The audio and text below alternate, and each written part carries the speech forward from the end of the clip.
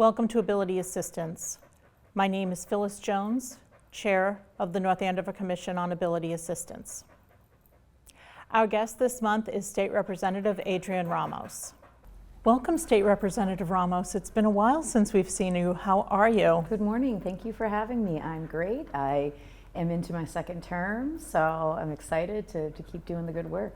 At least you've gotten past that time period where the rules have got to be put together and the bills have all got to be put there, and now all over the news we're hearing about budget. Yep, we just wrapped up our House debate on the budget and rolled out our budget. Now it goes over to the Senate, and here's hoping that, we'll be able to move it through. Have you been able to make up for anything that we don't know what's going on with the federal government, and so much of our funding, a lot of people don't know, unemployment, departmental health, Department of Developmental Services, so much of that comes from the Fed that the state administers. Are we? So I will say our proposed budget is a little bit more fiscally conservative than in the last few years, and in part to sort of make sure that we have reserves, because we just don't have certainty around what is coming out of Washington. There's a lot of concern, like you said, about some of those costs, particularly Medicaid and Medicare. Which would also be Mass Health. Right. So it is a little bit more conservative, and again reflecting on the revenue that the state is receiving. It's sort of flattened out. We're not seeing those increases that we were seeing sort of in the post-COVID years, and we don't know what's going to happen with the economy as these tariffs start to impact our daily lives a little bit more. So it is a little bit more conservative. We're not seeing as much in local earmarks, but again, it's with an eye towards, having funds available in the event that the state does need to intervene and replace some of those federal costs. And for those of us with people who have disabilities or who care for those with disabilities, that just knowing that the state is looking out for and forward thinking on that, because no politics, just a simple statement. Nobody knows. Yeah, and we've really tried to level fund, most of the state agencies to the extent that we can. I mean, listen, some level funding included significant increases because of inflationary related issues. Right. So it's a massive undertaking. It's a $61.47 billion budget that's been put together. Talk about a checkbook to balance. Right. So it's a challenge. Well, thank you for sharing that and putting at least my mind at ease, and I'm sure most other people's as well. Your committee assignments have changed, but I'm sure your care to look out for those with disabilities, and please ignore Bobo. We've determined that he does not like the lights, and as much as I like being in a studio, he doesn't. But I know that your service towards those with disabilities hasn't changed. Yeah, so this session I'm no longer on Children's, Families, and Persons with Disabilities.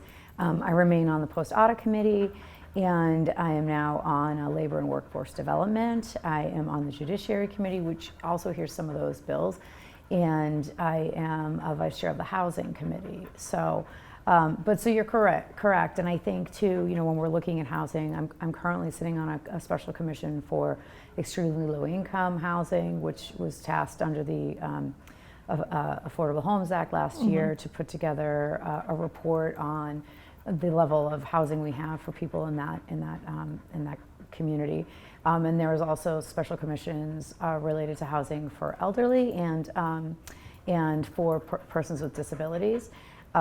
So I think there certainly is, even in the realm of housing, an eye towards how can we be sure that we're providing accessible housing and sufficient accessible housing. Which is extremely important in this day and age where housing has become significantly more expensive. We're hearing about kids leaving the area in droves because they can't afford it, and just the availability.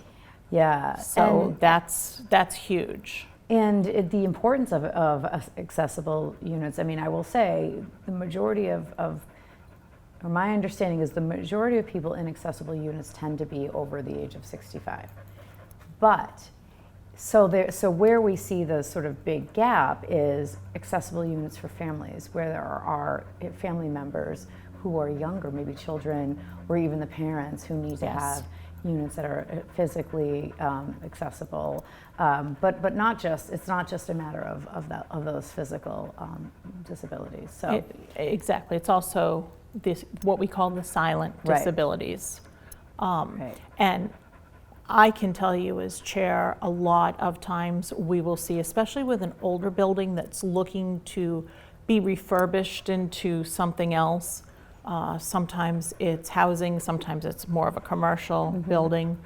When they're looking to do that, they're always asking the state to give them a bypass so that they don't have to put in an elevator or maybe a handicap bathroom or, you know, what else? Usually it's an elevator or a handicap bathroom. Sometimes it's more level facilities in the lavatory for people who are either maybe wheelchair accessible or just have a hard time. So I can see that a lot. Have you taken up or seen any legislation regarding that yet? So there is certainly ongoing legislation around those regulations, and there's advocacy to make it easier to meet those standards. But I can't speak to any specifically that I'm aware of. I do know that there are some unions out there who are really working towards, how can we train our union members, and how can we help this community in a way that isn't so expensive? Because sometimes the process of these kinds of conversions, because there are so many things that need to change, it can be quite pricey, and getting through all of these regulations. So I think there's not a push to eliminate the Well, I certainly say there are people who want to reduce. There's always a push to remove regulations, no matter what. But I think what I see is people who want to work within them, but just make it a little bit easier. I think we spoke last time about the legislation to make it a little bit easier to get your wheelchair repaired. That we were unable to move that forward last session. And I think we're seeing a renewed sort of interest in that, and the dignity that goes around with being able to get around, for yourself, for people who are otherwise, become very independent, but they are dependent on their wheelchair, and when they can't get it repaired in a timely fashion, and I mean months to years. It does no good to anybody in our community.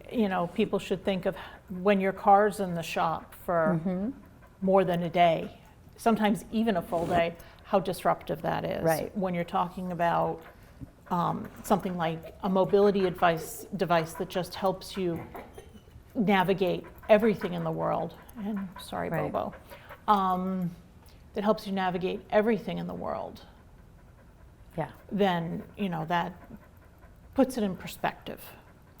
Now, what legislation did you put in for, filed, I guess is the better way to put it. What did you file this term so far? So my second term, I've got more bills on the books this year.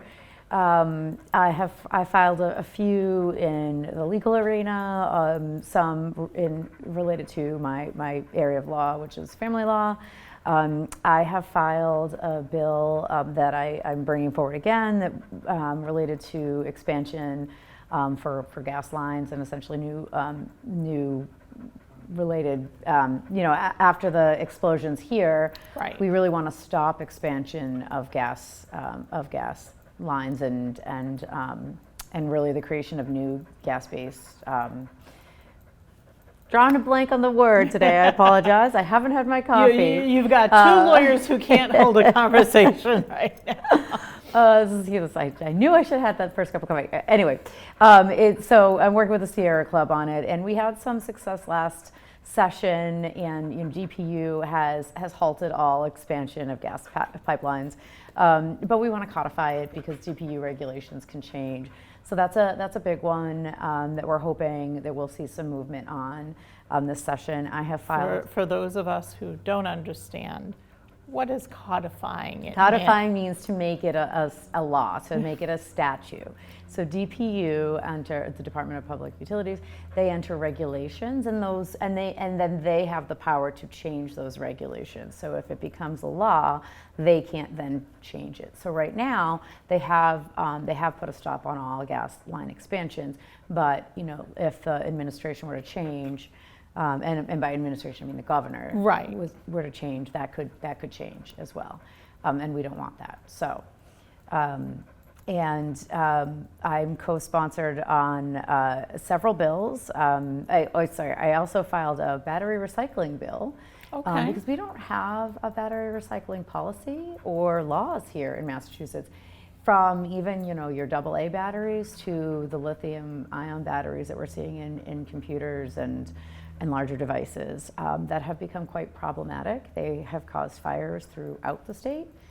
And in fact, I spoke with the state fire marshal, and in 2023, I think it was, they started asking local fire departments to report battery fires, particularly the ion batteries. To be able to gather data. To gather some data. And now it's not mandatory, it's sort of a voluntary thing. But in 2024, they had over 100 fires reported. And they're happening in homes, they're happening in schools, they're happening in metal recycling yards. So that's something I took up on my own. So we'll see where that goes. But it really is a public safety issue. Yes. So that's a new one. You said you filed some legislation in the realm of family law. Mm-hmm. So a large one is a Jurisdiction Act, just to bring Massachusetts in line with every other state. What is that? Uniform Child Custody Jurisdiction Enforcement Act. Okay. So last session the Senate passed it. We weren't able to get it done, so we're hopeful we can get that done this year. How does that change the probate and family court rules? It is a very nuanced statute. It changes our code in minute ways, but in ways that bring it consistent with every other state, so that when we're looking at which state, the way the standard is applied is the same, versus Massachusetts, which just has an outdated code, and it can get a little tricky for judges as they're deciding. Now, when you say outdated code, a lot of people don't realize a lot of the old Puritan laws are still on the books that typically don't get enforced, Mm-hmm. but they're still there. How does this code make things better for judges as it protects children? So it just brings it in line with every other state. So right now, as part of it, judges have to talk to each other when there's a question of which state has jurisdiction, Mm-hmm. and every other state sort of follows the same process. The process outlined in Massachusetts is a bit of an outlier, and it can cause, it can delay the process, and it can cause pause for judges in other states in terms of how they should proceed.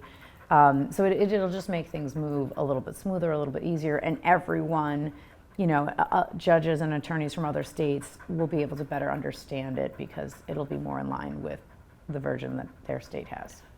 So basically it'll make parent A is in Massachusetts, parent B is in Minnesota. Mm-hmm. You now have a child custody dispute issue. It'll make it so that it's easier for Minnesota and Massachusetts to align itself in terms of determining which state should have jurisdiction. Right. And it's all in the best interest of the child. Right. That sounds fantastic to somebody who's been in that area of law and kind of is a procedural junkie. Right. I know you see millions of bills come across your desk on so many bills. A daily basis. Is there anything that sticks out in your mind as it pertains to people with disabilities that you've seen, that you've signed on to? So I think last session I saw many bills in that arena. One that I thought we may be able to move forward is the supported decision-making bill that I spoke about with you about last time, and Jay Livingstone, who remains the chair of that committee, he's a very compassionate, intelligent rep out of Boston. and he and I had a long conversation, and he actually has incorporated many of my changes into the bill that's filed this session. So I think there's some support for that moving out. Again, the wheelchair repair bill is one that's very important. And I was frustrated when we passed a bill eliminating the archaic language used throughout our code and our system. So the House passed that bill, the Senate didn't. So I'm really hopeful we can move that forward, this session, and stop using words that are just outright offensive, and that I'm not going to say.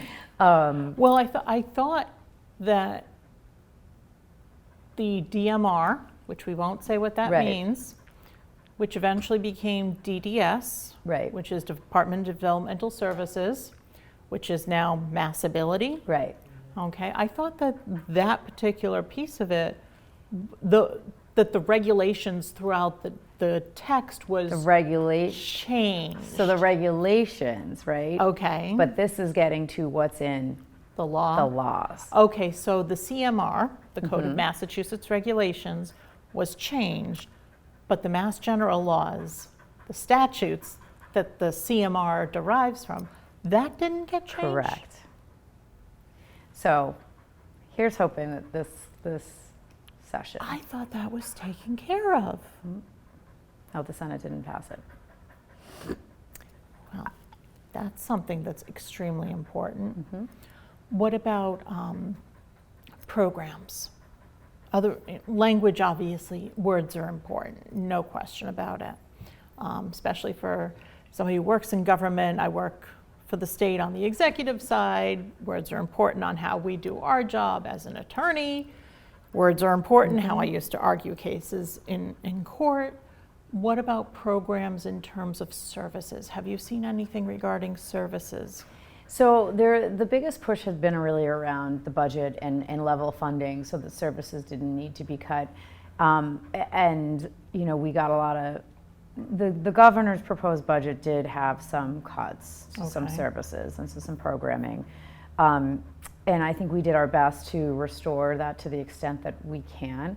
Again, it's a really challenging year. Yes, I understand that. we'll And I'm not see- trying to put and you we'll- on the and we'll spot. See, and we'll see where it all comes out in the wash, because the Senate will do theirs, and then we will meet and we'll reconcile. Enjoy it in joint committee. Right. Or joint session. Yeah. So, but I think that there are certainly populations that I think the House of Representatives in particular really takes a look at making sure that we're continuing to protect, and particularly those who don't have the abilities or the skills to otherwise protect themselves. So I think that's been a priority for the House, and even just when we do add policy things into some of these bills, it's with an eye towards how can we make things better for everyone around, and how can we keep moving our state forward, particularly in light of what is coming out of Washington. And taking federal funding aside, we've got two major issues we're dealing with as a society. We've got the baby boomers who are aging and retiring, and their need of services. A little bit of the Gen Xers are starting to get up there. We won't say that out loud. But we still have a lot of fallout for mental health, for children, Gen Zers, from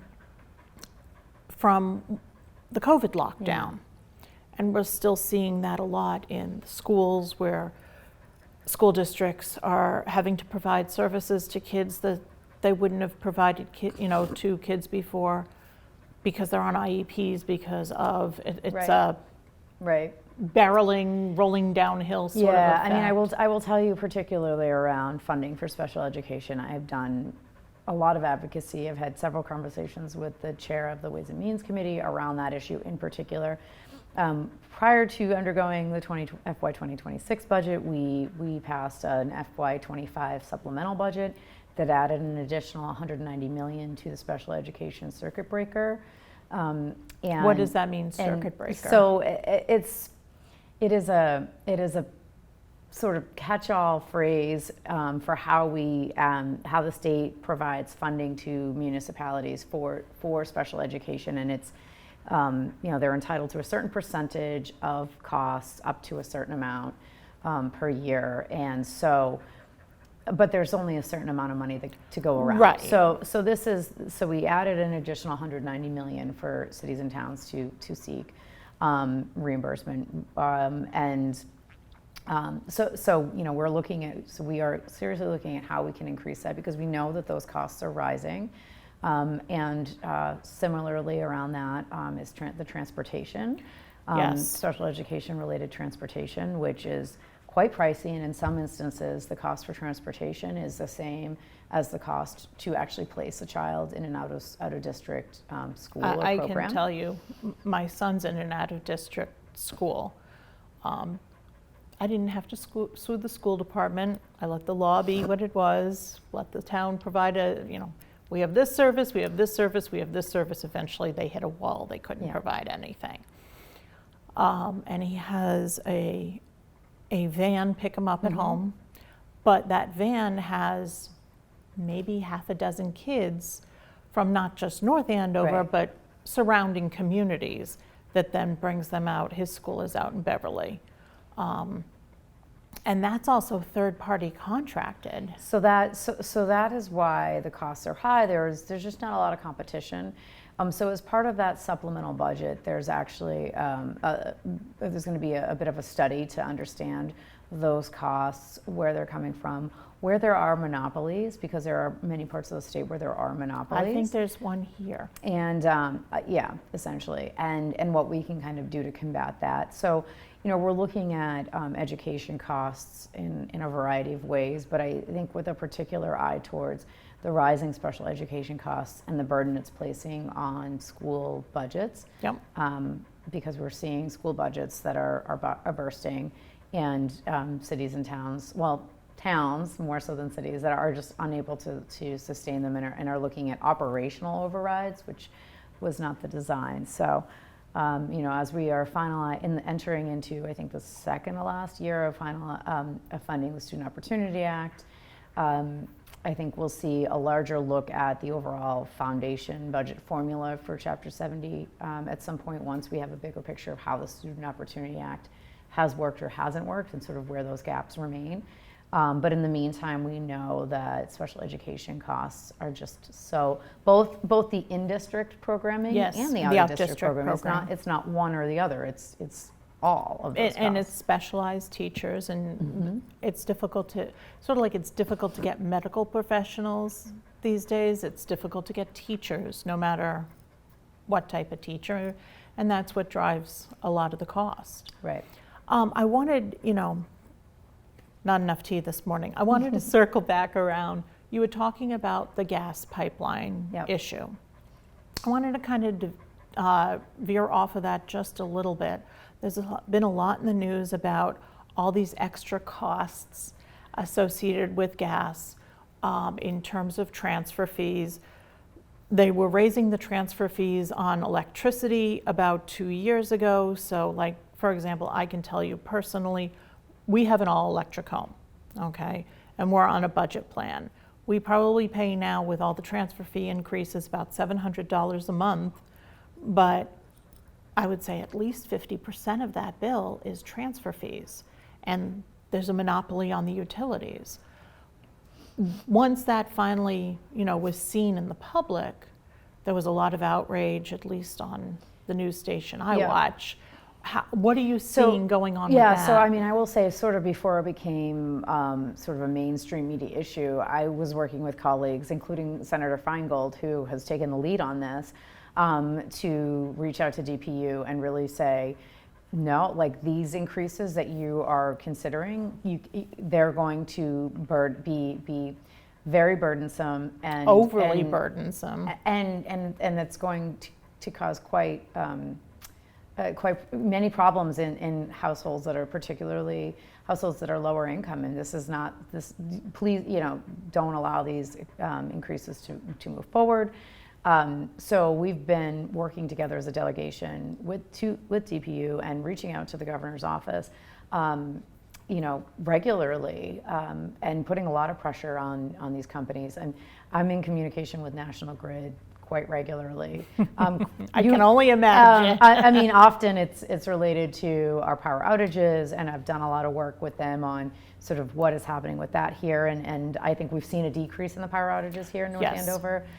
We've really put a lot of pressure on them to do the right tree trimming and to keep up with that plan that they had put forward, and do some work around some of their systems here locally. And so that was sort of a one side of the pressure points that we put on, but it certainly is something that I'm regularly reaching out to. You know, it's a challenge because it's not in our hands. It's not in our hands so that we're going to file a new bill and make a new law that says XYZ. It is more on the regulatory side. Right. But I've signed on to several bills. I'm regularly reaching out. So I am regularly advocating for them to increase the resources that they need to provide to lower income families, and to prevent shutoffs or delay shutoffs, and be willing to negotiate some of these prices. But I'm right there along with you.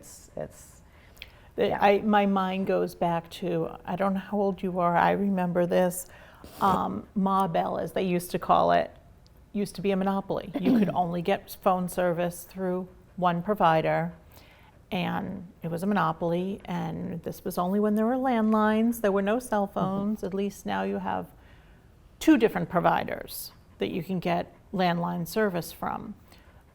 And Ma Bell eventually turned into AT&T. But that was broken apart as a monopoly sometime in the mid to late 70s, I believe. I don't know. Tells you how much older I am than you. Has there been any talk about, monopoly issues and working on? A lot of times the best way to deal with a monopoly is to break it apart. I mean, not really. There are cities and towns that have their own local light Yes. sources. So I represent Groveland, and they have their own municipal I used to live in Peabody. They had their own. So I don't think we're going to see talk of that. I think in particular as we are try to move into more, clean energy and. So we're talking wind, solar. Yeah. I don't know. Do we have the resources here in the state for water? I don't know. But and so they are going to be taking on the burden of those costs. So I mean, not to say that there aren't conversations of breaking up monopolies. They're just not conversations I'm participating in, nor have I been asked to. It's not something I think you might be the first to kind of bring that to me. But yeah. Sometimes my brain works in mysterious ways. You can ask my husband and my kids that one. Is there anything else that you think that you've seen out there that you've heard scuttlebutt about on Beacon Hill that talks specifically to people with disabilities, concerns about making sure they are provided services? You talked about the wheelchair program. Anything else that you can think of? We're just getting started with committee hearings and bills. I'm just starting to hear from advocates. Again, it was sort of, we got assigned committees, we started to hear from advocates, and then it was like, hold on, now we got to get through the budget. Yes. And we're just kind of getting through those, starting really ramping up with hearings. So I haven't had as many meetings with advocates or as much reach out yet. But as the session goes on, as things kind of come to the forefront, I'll hear more. And I'm happy to hear from constituents if there are bills that are important to them in that arena or otherwise, that you think are important that I either know about or I co-sponsor. I don't always co-sponsor every bill people ask. In part because sometimes I think the idea of a bill is great, but I have concerns with the practicality of it. Or the language. Yeah. But again, that doesn't mean that I wouldn't support it if it came to the floor. So I encourage people to reach out and, just say, hey, this is, or if you have a question, this is a problem I have. Do you know if there's any bills, filed that address this problem? Because if not, well, then maybe that's something we can work on in the future. And I can tell people from personal experience, when I was on Beacon Hill, I took a day and I worked with a very well-known breast cancer company, nonprofit, and went around talking about legislation to provide extra health care for those who are going through breast cancer diagnoses. And you know, I spoke to one of your staffers. I happened to bump into you later, and you told me you were going to sign on to it, which I'm very thankful for as somebody who works very diligently on that particular issue as well. And then we found the governor signed that legislation. Gosh, that's going on close to a year now, isn't it?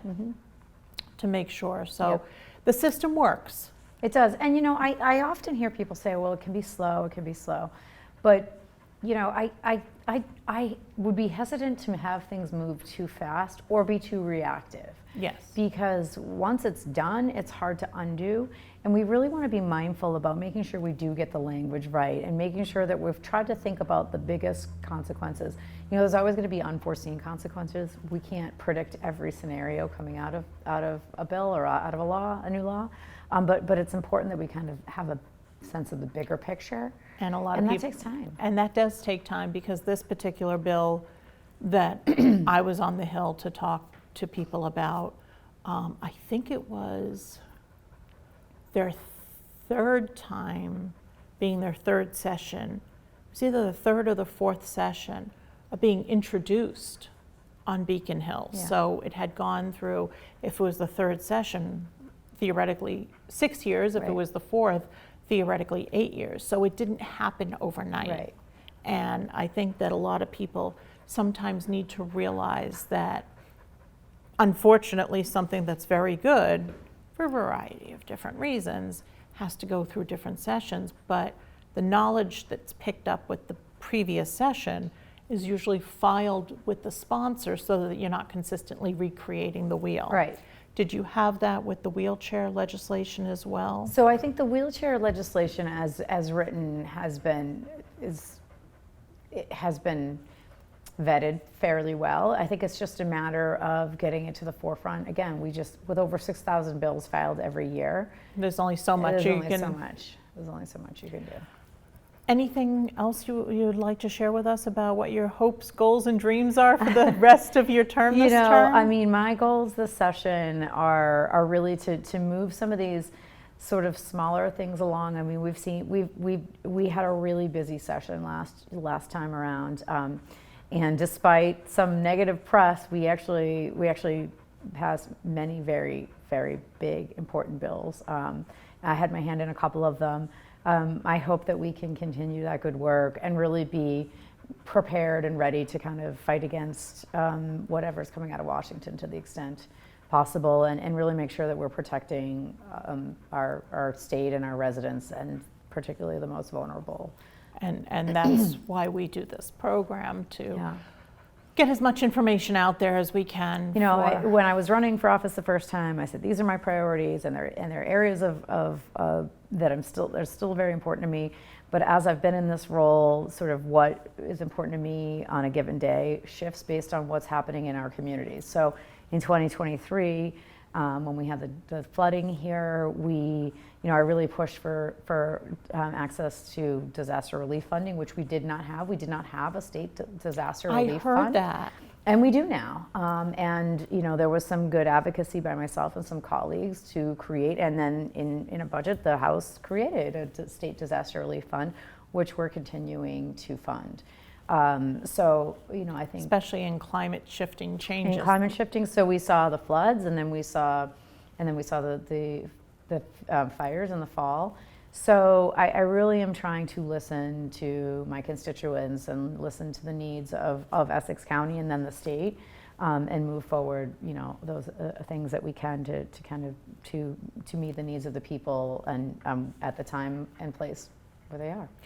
All I'd say is if you find any legislation that you think the commission should look at to help and see whether or not we can get the town to support it on your behalf as well, please feel free to let us know, because you have more access to the 6,000 pieces of legislation than we do.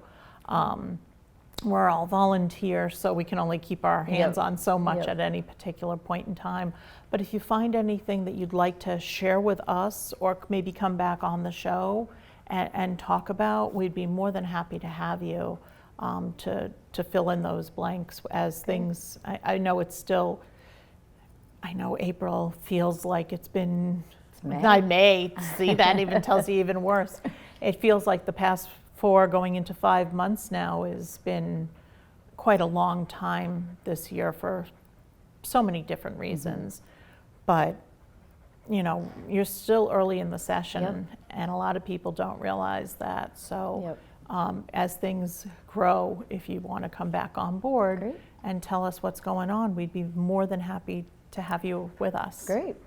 So thank you again. And Thank you for having me. We always look forward to having you on as often as you'd like to appear. Appreciate it. You can reach State Representative Ramos at 617-722-2140 or an email at Adrianne, that's ADRIANNE .Ramos, RAMOS, at mahouse.gov. Thank you to our crew this month, John Kafori and Cassie Bonanno from GLTS alum, and from North Shore Upper Academy, Zachary Jones. We'll be wrapping up our 24-25 season in June with Vice Chair of the North Andover School Committee, Joseph Hicks. And we're consistently looking for new topics to explore here at Ability Assistance. We would truly love to know what your topics are that you want to know more information about. If there are any specific topics that you'd like to learn more about, please email me directly at pjones@northandoverma.gov or call me directly, 978-494-0136. In addition to watching through your cable station, you can catch all of our programs on demand. We've got YouTube, the Cablecast app through Roku and Apple TV. You can also find the Cablecast app through your phone or tablet's app stores, the Town of North Andover's website, the Commission's Facebook page, North Andover Camp's website, and as always, all of our audio is rolled out via podcast on Podbean. Thank you and see you next month.